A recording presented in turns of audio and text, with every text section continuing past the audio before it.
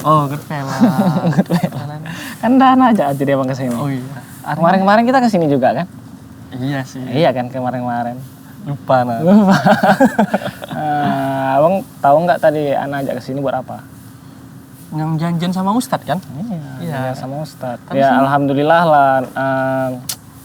Alhamdulillah Ana kenalan sama Ustadz. Masya Allah Ustadz Kibar juga nih. Iya. Masya Allah. Ana bener-bener serius mau belajar nih. Mudah-mudahan bentar lagi. Ya mudah-mudahan lah dapat ilmunya insya Allah. Pengajaran beliau pun mudah diserap kok insya Allah. Ini mudah-mudahan ntar lagi sampai lah. Ntar lagi sampai. Tunggu aja. Kalian nunggu minum. Sabar. Assalamualaikum. Waalaikumsalam. Sehat. Gimana kabarnya? Alhamdulillah. Duduk nih ya. Iya, tunggu. Ustadz Arianda. Ustadz Arianda yang Nabi Rasulullah itu. Masih muda, Ana kira udah. Udah, tapi ilmunya kayak orang tua. Iya. Enggak lah. Alhamdulillah. Gimana? Udah lama di sini duduk? Iya, nggak apa-apa lah Sat, ya biasa aja. Iya. Gitu lah. Ini kan Ana bawa Bang Riki nih Sat. Masya Allah, beliau kan mau belajar juga. Aturan kajian. Ya gitulah maksudnya. Belajar apa nih? Silat, agama atau agama dong. Kalau silat udah mulai manjang-manjangin saya ke Makanya kan sekalian kajian maksudnya kan butuh referensi pertama gitu Ustadz untuk pelajari agama gitu. Jadi kira-kira apa sih Ustadz gitu. Saya bisa lah Ustadz mulailah gitu. Oke. Atau tapi sekalian kita nunggu minum dah. Ya saat ini udah kita pesan juga. Boleh. Oh, Masya Allah. Iya, Ana tadi juga mau pesan tadi minum tapi udah dipesan tadi. Alhamdulillah, Masya Allah. Ya saya kau tahu kesukaan antum. Masya Allah. Karena kan rekomendasi aja. Jadi tadi Bang Riki rencana jadi hijrah terus ya sebagaimana kewajiban setiap muslim ya setelah dia mendapatkan hidayah dari Allah tidak cukup sampai di situ, tentu dia perlu ilmu. Belajar lagi gitu kan, gak cukup sampai situ. Aku udah pokoknya meninggalkan maksiat, udah gak mau lagi ngerjakan yang lain. Terus dia merasa gak butuh dengan belajar, gak perlu mengenal agama ini lagi lebih baik gitu kan. Enggak, tetap dia harus belajar ilmu gitu. Karena banyak seluk beluk di dalam agama ini, banyak kebaikan-kebaikan di dalam agama ini yang harus diketahui oleh setiap mukmin. Tidak hanya mereka yang baru hijrah, ya bahkan mereka yang sudah lama berada di dalam Islam, sudah lama hijrah, tetap wajib bagi mereka untuk menuntut ilmu agama. Tetap ya. Sampai kapan? Sampai liang lahat, sampai mati. Mati banget tuh Bang. Begitulah seorang muslim, karena memang menuntut ilmu agama kata Nabi SAW, faridotun ala kulli muslim. Kewajiban bagi setiap muslim. Gitu. Nah, alhamdulillah nih ya Allah, mungkin memang sudah Allah takdirkan di sini ya ketepatan saya kemarin bawa satu buku. Ini saya lagi baca-baca buku ini. Ada buku bagus gitu kan. Buku ini judulnya Al-Wabilus Shaib. Al-Wabilus Shaib ya. Ini buku yang ditulis oleh seorang ulama besar ya, yang dimiliki oleh kaum muslimin. Ini kebanggaan kita memiliki seorang ulama besar seperti beliau ini. Siapa beliau ini? Ya insya Allah nanti kita ngobrol-ngobrol dikit. Tapi gimana? Pengen lebih tahu nih ya tentang agama ini. Kayaknya nih insya Allah mudah-mudahan cocok nih kita kaji bersama nih buku ini gitu kan. Kita belajar bareng gitu tentang apa sih, bagaimana gambaran Islam itu gitu. Kita akan lebih tahu, bisa lebih mengenal lebih dalam lagi tentang ya hal-hal yang ada di dalam Islam ini insya Allah melalui buku ini Al-Wabilus Shaib ini gitu. Apa tadi artinya? Al-Wabilus Shaib.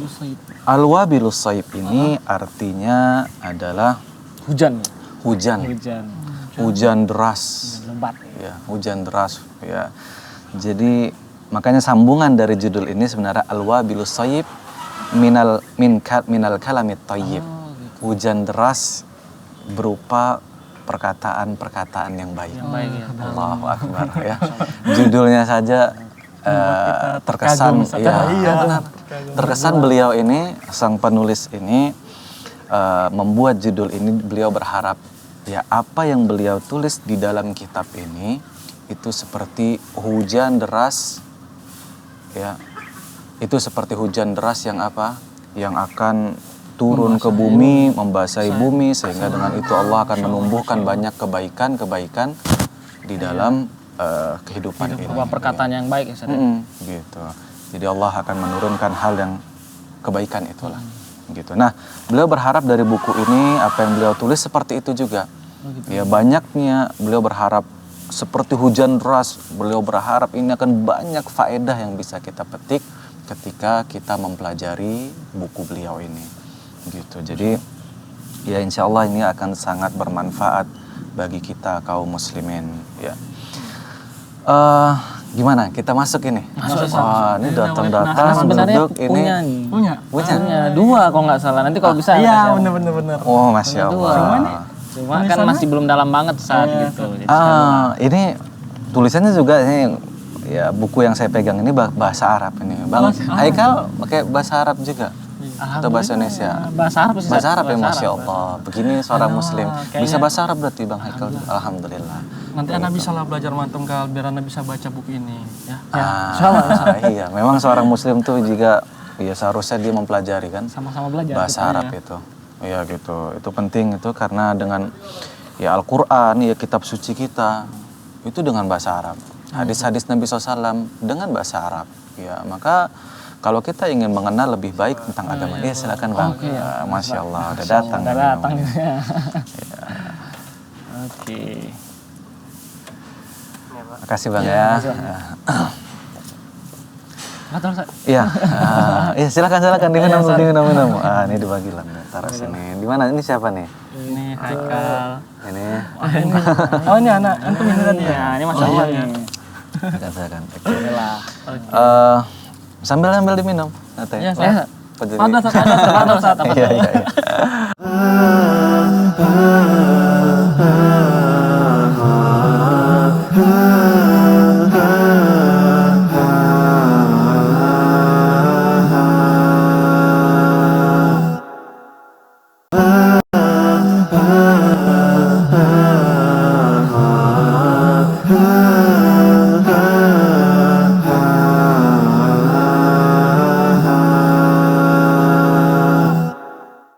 Oke, kita lanjut. Tentu sampai mana tadi?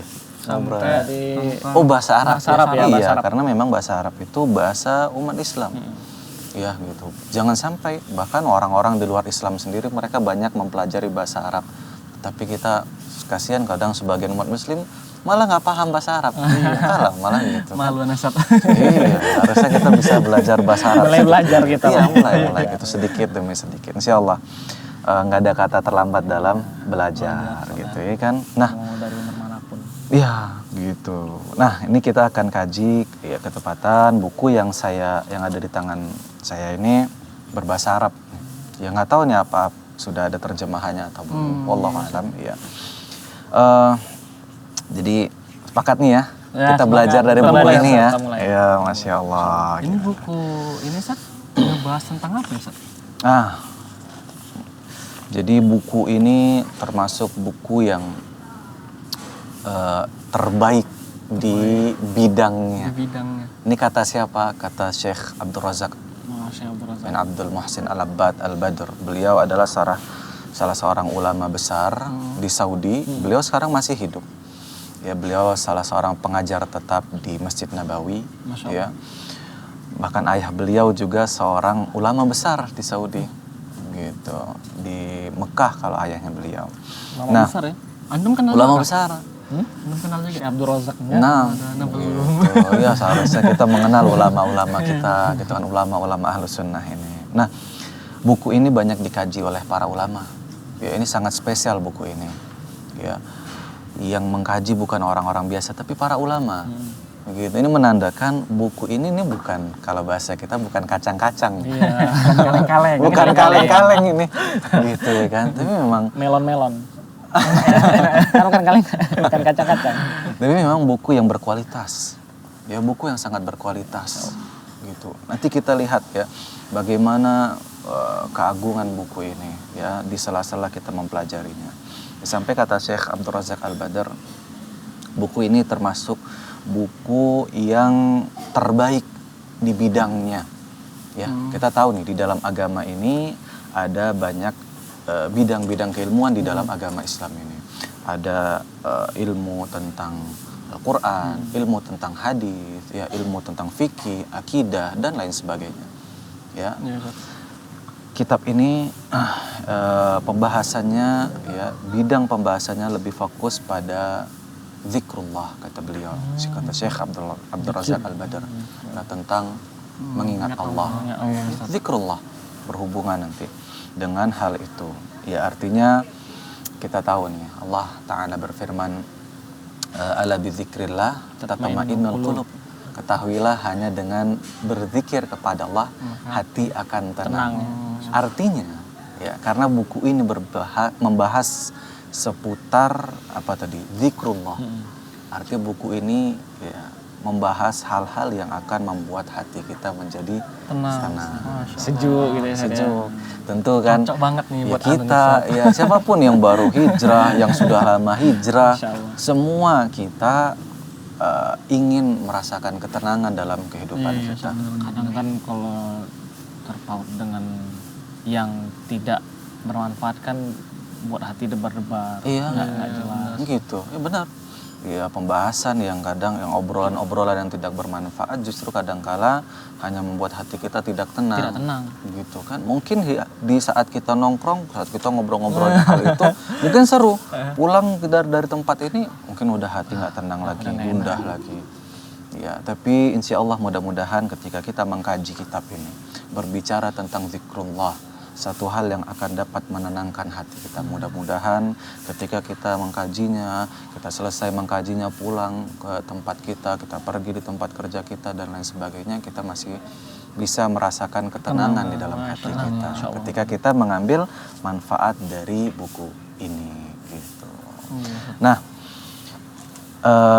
tadi itu ya gambaran lah tentang buku ini. Dan buku ini sangat banyak mendapat pujian dari para ulama, ya, mendapat pujian dari para ulama. Ya, di antara tadi Syekh Abdul Razak Al-Badr.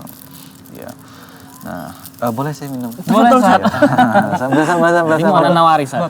Nah, kayaknya nih kayak udah tegang semua tadi kan. Bukan nih. Itulah benar. Cuma nanti kita tanya sama Waiternya. waitersnya ya. Masya Allah. Kayaknya ada satu Yang berbeda. Iya. kopi lah. Kopi. Masya Allah, kopi dingin ini. Pas sekali nih, saya datang jauh dari Medan kemari kan ke Tanjung Morawa nih, buat ketemu Bang Haikal, Bang Riki. Masya Allah. Masya Allah. Ya, kita lanjutkan ya. Ya. Gimana nih kita masuk nih ya pada pembahasan ini daripada kita ngobrol-ngobrol Dari mana ya, Ustaz? Mukodimah?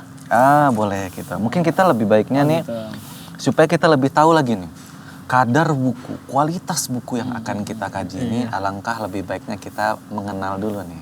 Siapa sih mu'alifnya ya? mu'alif alias siapa sih penulis buku ini? Ya, benar. Ya. Dengan kita mengetahui nih kadar penulis ini, bagaimana keagungannya, bagaimana profilnya, insya Allah kita akan juga mengetahui nih bagaimana kualitas buku yang beliau buat. Kita udah punya gambaran. Kalau Ya, karena kalau seringnya biasa kalau baca buku itu yang gitu itu nggak ada baca, Sat. Rupanya lebih Itu kadang membingungkan kita itu. Iya, memang sebenarnya adab kita di dalam belajar gitu kan, terutama ketika kita mengkaji sebuah kitab. Ya, salah satu adab kita adalah mengenal siapa sih pemilik buku ini, ya. penulisnya. Siapa sih penulisnya? Jangan sampai kita udah mengambil banyak faedah dari bukunya, karyanya, tapi kita nggak tahu orangnya siapa. Ini seperti orang nggak tahu terima kasih kita. Iya, benar. Kita udah banyak ngambil manfaat dari dia. Tapi nggak tahu. Kita nggak peduli mau siapa kayak dia, mau nggak peduli. Yang penting baca. Yang penting baca, yang penting aku ngambil manfaat dari dia. Oh iya. Ini kan seperti orang ya kurangnya adab kita seperti itu terhadap orang yang sudah menyediakan banyak kebaikan di hadapan kita dengan izin Allah. Anda juga pernah dengar kisah itu, Ustaz, tentang Syekh Muhammad bin Abdul Wahab yang dimana ada orang yang mencerca tentang beliau. Ah. Nah, tapi pada saat diberikan kitab tentang beliau, itu nggak ada ininya, nggak ada sampulnya, nggak ada pemberitahuan tentang mualifnya. Pas dibuka, oh isinya bagus. Ternyata baru dikasih tahu kalau misalnya itu rupanya kitab beliau. Nah, pada saat itu orang yang cerita itu langsung rujuk. Benar. Jadi pernah ada kisah kayak gitu memang. Apa namanya, orang ini senantiasa mencela nih, melaknat. Tidaklah dia mengisi sebuah kajian, ini seorang ulama dulunya dia di zaman dia ini.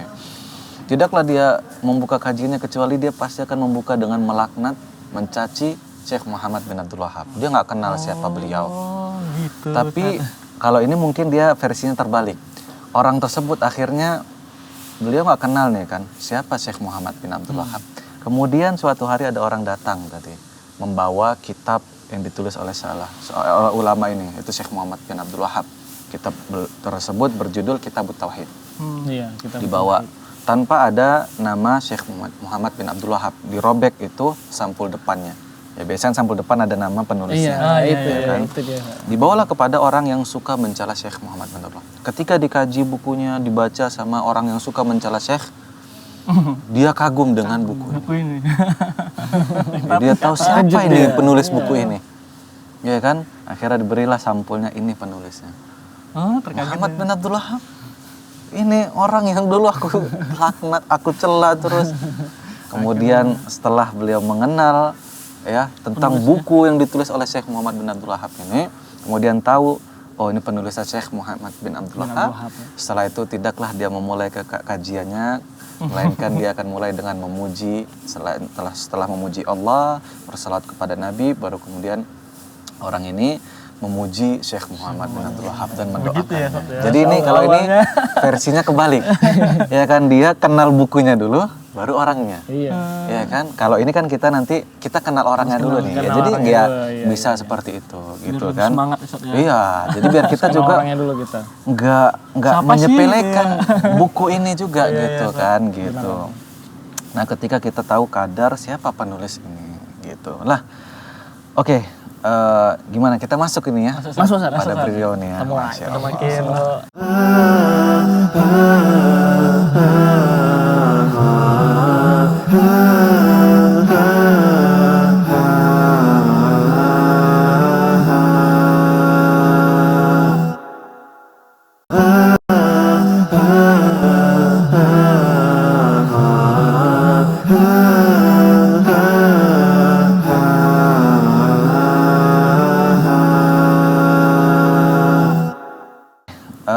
gimana kita masuk ini ya? masuk pada beliau nih ya.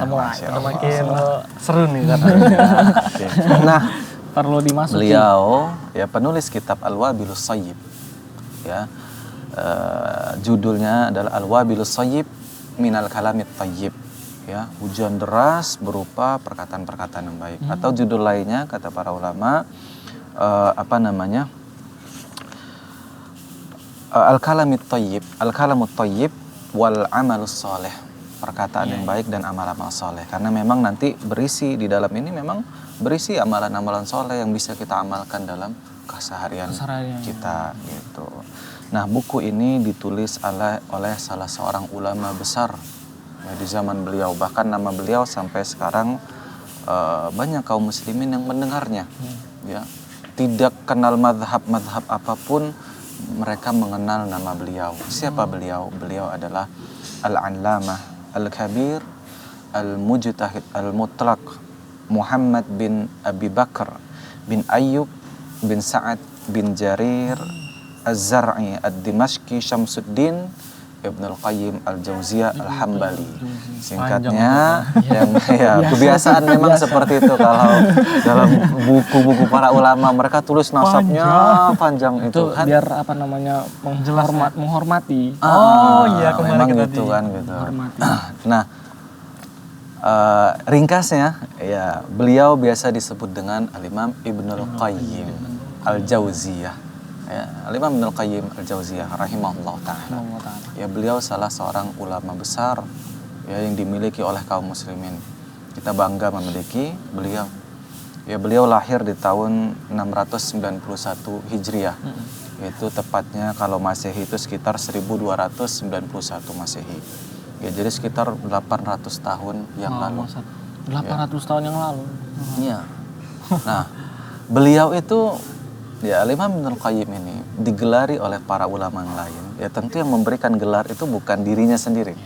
Para ulama, orang-orang yang memiliki kapasitas juga. Diberi gelar apa? Al-Allamah Al-Kabir pertama. Al-Allamah itu kata lain dari kata Al-Alim. Alim. Ya, Al-Alim orang yang berilmu.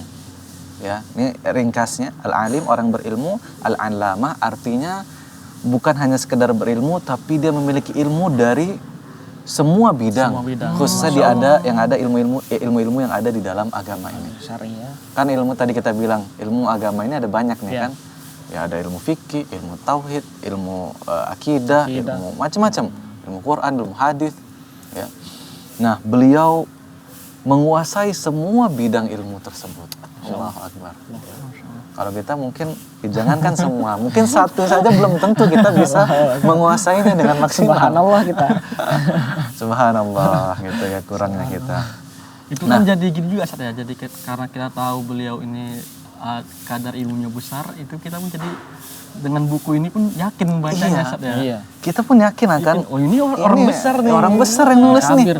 Nggak mungkin orang besar membuat sebuah karya kecuali pasti karya itu adalah karya yang sangat dia perhitungkan, sangat dia siapkan dengan matang dan lain sebagainya. Ya dia nggak sembarangan membuat karya. Ya dengan begitu kita akan tahu nih karyanya bukan ya tadi apa? Kaleng-kaleng. Tapi melon-melon. Nah, jadi beliau itu al-alamah. Ya ulama yang menguasai ya banyak bidang di dalam agama ini. Bahkan beliau disebut dengan al-mujtahid mutlak. Apa itu? Mujtahid mutlak, ringkasnya gini. Jadi ulama yang dia itu ketika berfatwa, ya, ketika dia menentukan satu hukum, dia tidak lagi bersandar kepada pendapat para ulama-ulama madhab lagi, ya, atau ulama madhab yang dia pegang misalnya selama ini seperti beliau tadi. Kita sempat singgung nama beliau di ujungnya itu ada Al-Hambali. Memang madhab beliau dulunya adalah Hambali, ya madhab Hambali, ya Al-Imam Ibnul Qayyim ini. Beliau mujtahid mutlak artinya beliau ketika berfatwa tidak lagi membutuhkan atau tidak harus untuk bersandar atau kembali kepada pendapat ulama dari madhab Hambali atau madhab-madhab yang lain. Beliau sudah bisa berijtihad sendiri menentukan hukum berdasarkan keilmuan yang beliau miliki berupa Al-Quran yang beliau pahami, ya sesuai dengan pemahaman para salafus saleh dan hadis-hadis Nabi SAW, ya gitu. Jadi ini termasuk sebutan. Adapun kita kayak misalnya kayak orang awam ini, ya kita biasa disebut dengan muqallid. Kita hanya sifatnya mengikut-ngikut. Ngikut siapa? Orang berilmu gitu. Kalau beliau ini memang sudah orang berilmu yang memang diikuti. Kalau kita mengikuti orang yang berilmu gitu. Oh iya. Kita pengikutnya lah gitu. Nah gitu. Jadi memang beliau ini ulama besar lah. Ya gitu. Nah kemudian kita lihat nih di sini bagaimana apa yang disampaikan atau persaksian bagaimana ulama besar lain juga bersaksi atau menyampaikan tentang beliau ini. Kalau nggak sah rasanya kalau hanya kita yang ngobrol nih misalnya kita memuji seseorang, ya mungkin belum tentu pujian tersebut bisa menaikkan derajat seseorang tersebut kalau memuji hanya orang kecil, tapi kecuali kalau yang memuji orang besar itu ya pasti gitu orang besar yang memuji orang besar pasti orang ini pun orang yang besar ini banget. Orang agung. Kalau kita baca buku ini kita membaca tulisan orang-orang yang besar. Iya. Masya Allah. Orang besar nih, iya orang agung nih gitu. Masya Allah, ya Masya Allah. Jadi ya kita akan lihat ini bagaimana yang disebutkan oleh persaksian dari ulama besar siapa? Itu Al-Imam Ibnu Katsir rahimahullah ta'ala. Beliau akan bercerita sedikit tentang gambaran Al-Imam Ibnul Qayyim rahimahullah ta'ala. Minum dulu kita Ustaz ya. Iya, silakan minum.